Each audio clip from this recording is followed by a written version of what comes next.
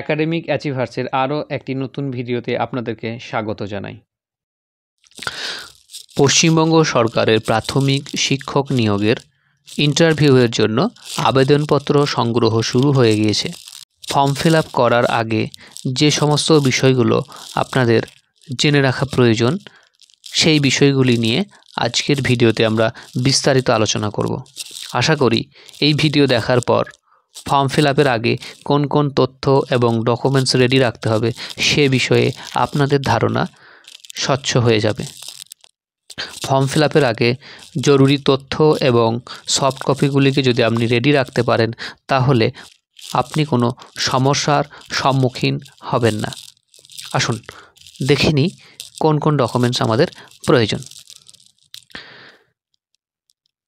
যে সমস্ত তথ্য প্রয়োজন সেগুলিকে আমরা দুটো ভাগে ভাগ করেছি, পার্ট 1 এবং পার্ট 2। পার্ট 1-এ আমরা দেখব যে কি কি তথ্য আমাদের প্রয়োজন, আর পার্ট 2-তে আমরা দেখব কোন কোন সফট কপি আমাদের রেডি রাখতে হবে। তো প্রথমেই আমাদের যেটা প্রয়োজন সেটা হচ্ছে একটা ভ্যালিড টেটের রোল নাম্বার এবং ডেট অফ বার্থ, অর্থাৎ আপনি যে বছরে টেট পাস করেছেন সেই টেটের রোল নাম্বার এবং তার ডেট অফ বার্থ, এই দুটো ফর্ম ফিল আপের শুরুতেই আপনাকে ইনপুট করতে হবে।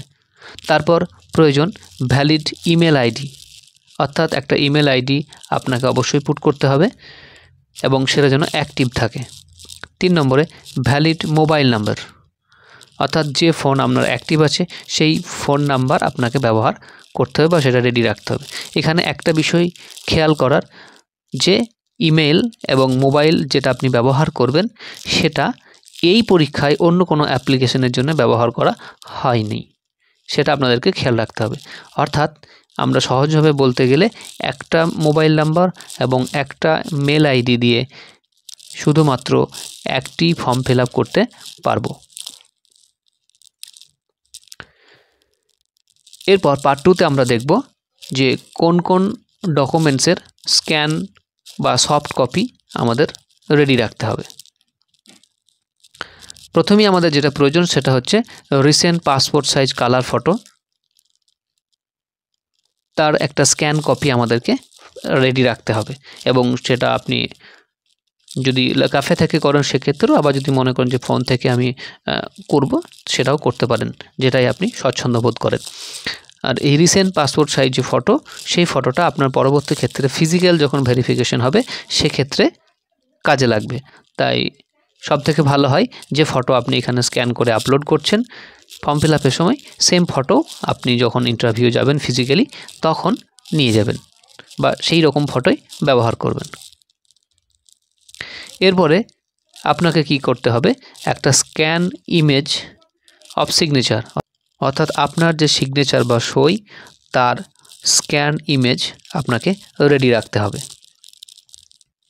এরপর আসছে আপনার একাডেমিক এবং ট্রেনিং যে কোয়ালিফিকেশন, অর্থাৎ আপনি যদি এইচএস যোগ্যতা দেন তাহলে এইচএসের ফাইনাল মার্কশিট, যদি গ্র্যাজুয়েশন যোগ্যতা দেন তাহলে গ্র্যাজুয়েশনের ফাইনাল ইয়ারের মার্কশিট, তারপর ট্রেনিং কোয়ালিফিকেশন।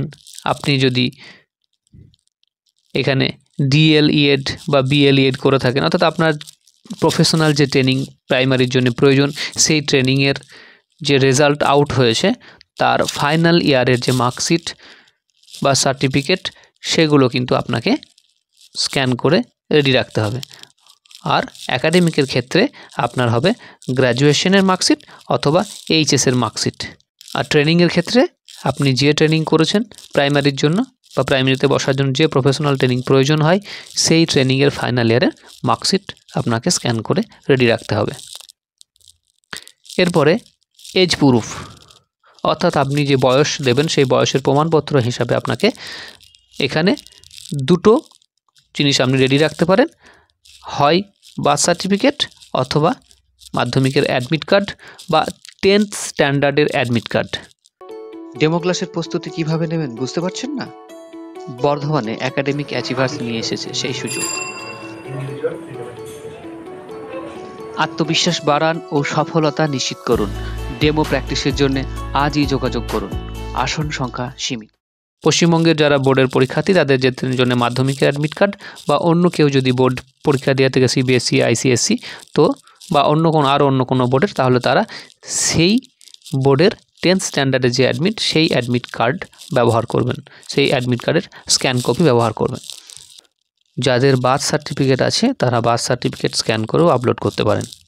এরপর আপনার ST, SC, OBC, EWS, pH যে ক্যাটাগরি আছে, অর্থাৎ আপনি ছাড়ের জন্য যদি কোনো অ্যাপ্লাই করে থাকেন, তাহলে যার উপর ভিত্তি করে বা যে সার্টিফিকেটের উপর ভিত্তি করে আপনি ছাড় চাইছেন, সেটা বয়সের ছাড় হতে পারে বা নাম্বারের পার্সেন্টেজের হতে পারে, সেই সার্টিফিকেট আপনাকে আপলোড করতে হবে এবং সেই সার্টিফিকেটের একটা স্ক্যান কপি আপনাকে রেডি রাখতে হবে।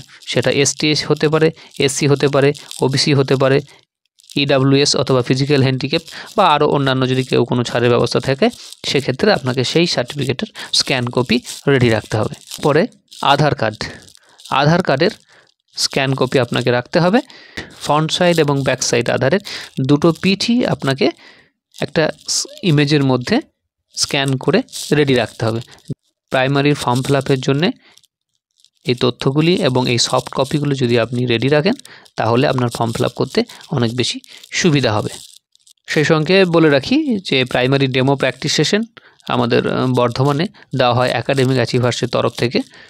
তো আপনারা যদি ইচ্ছুক থাকেন, তাহলে আমাদের এই দেওয়া নাম্বারে হোয়াটসঅ্যাপে যোগাযোগ করতে পারেন।